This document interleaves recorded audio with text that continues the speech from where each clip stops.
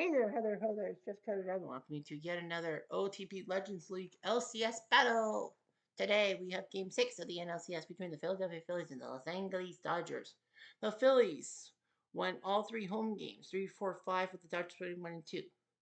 So the Phillies win, they are the National League champs for the second consecutive year. If the Dodgers win, we have a Game 7. But because of the seasonal team being in Brooklyn, they have said that Qualcomm and San Diego will host Game 7 between the Phillies and the Dodgers. Yesterday was the ALCS, and Oakland had a little bit of a window to beat the Tigers in 5, but Tigers scored 4 in the 6th to win. John Hiller beats Blue Moon Odom with Willie Hernandez to save Reggie, Trammell, and Heileman, the 3 stars. So if the Phillies win, it's over. If we're not, we have a Game 7. We do know that Game 7 will be probably at 4 o'clock Eastern time. So Philly LA will be playing in San Diego in the afternoon, and Game 6 of the ALCS, which happens obviously tomorrow, will happen. So the Phillies, their starting lineup will do an Utley. Ryan Howard back at first base. Dick Allen back on the bench. Chase Utley against head down. So, yeah. So Chase Utley has struggled. They will go with Jimmy Rollins at second base. Dick Allen has graciously allowed Ryan Howard to come in to play first base. The Dodgers, Jackie's cold. They got Steve Carlton. And they are going to take out him for Pee-wee Reese to play second base. Now, Duke Snider is day-to-day, but they need him. But they need Duke Snider. If they lose, it could be regretful. But Duke Snider says he's got to play because it's a elimination game. If the Dodgers are up 3-2, the Dodgers could afford to put probably Pete Reiser. I think Pete Reiser would have been the outfielder to play center field. But because they can't, Bill Russell.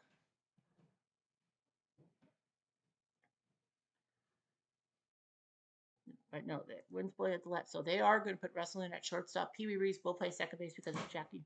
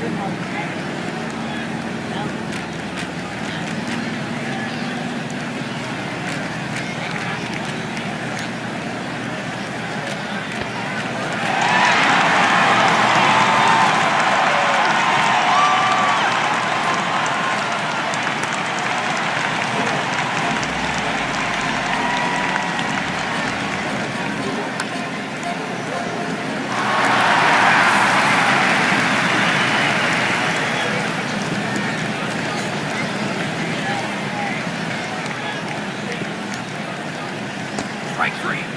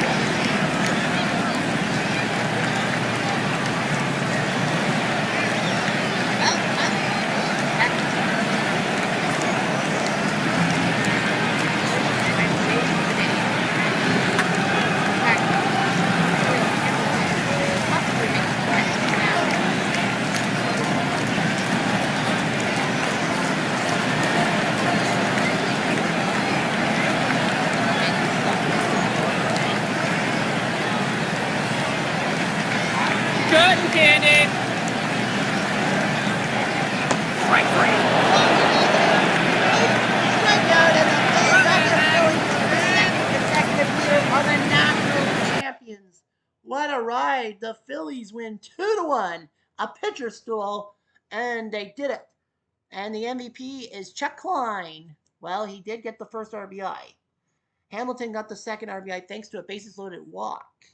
But the Phillies win 2-1, 7 hits combined. This was a definition of a pitcher's duel in the playoffs. They don't know who they'll face.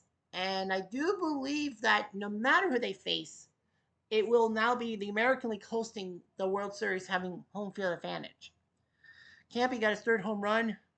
Nice job on the Devils. Carlton's now 4-0. Mitch, his second save. Hideo Nomo drops to 2-2. So what a job by Carlton, especially Steve Carlton. 76,000 fans leave disappointed. Carlton and Nomo battled Campy, the third star.